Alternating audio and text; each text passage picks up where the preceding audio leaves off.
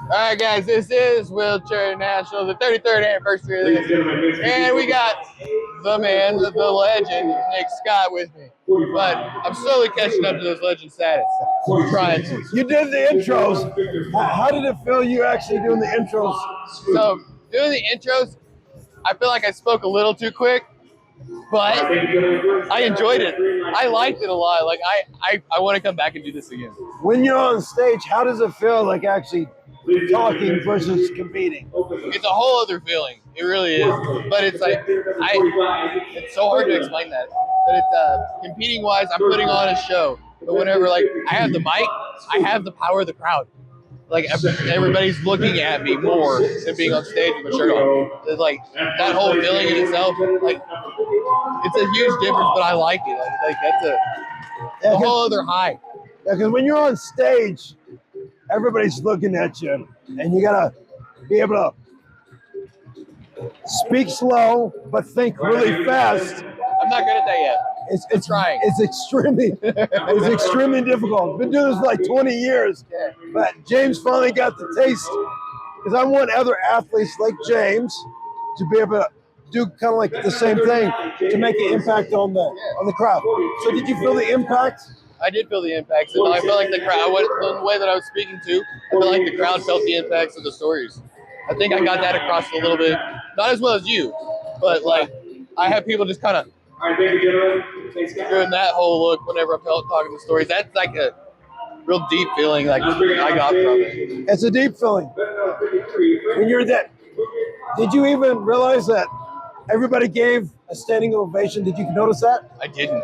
Yeah, the whole crowd gave.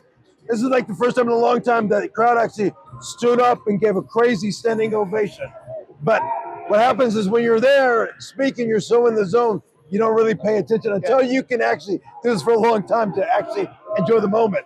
I didn't even notice that.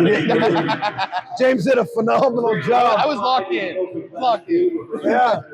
So how did you feel the athletes overall? To be honest, like I felt like this year was one of the best lineups I've seen at Wheelchair Nationals. Like I know that was some hard judging for the judges. The top four, because Dorian came in super conditioned, and we had Tyler that had some mass on him. It looked great as well. So and then we had James. Really, like all four of them, like that was hard. Yeah, it's extremely hard because at times when we're backstage, you can't really understand what an athlete looks like until you're right in the center, like the judges are. Because when you're emceeing a show, because I've seen this all over the world, you don't really pay attention to the athlete's physique because you're so focused on making sure the show's going. Did you really pay attention when you're on stage? Did you really notice their physiques that much? I didn't. I was too locked in with the microphone.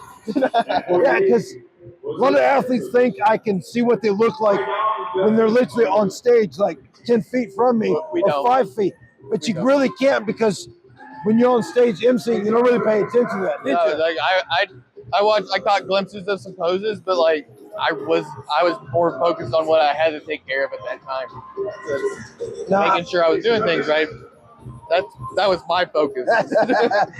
Don't mess this up. Yeah, I put so much pressure so he can feel this, but the athletes are phenomenal. You did a phenomenal job, but the sport's growing.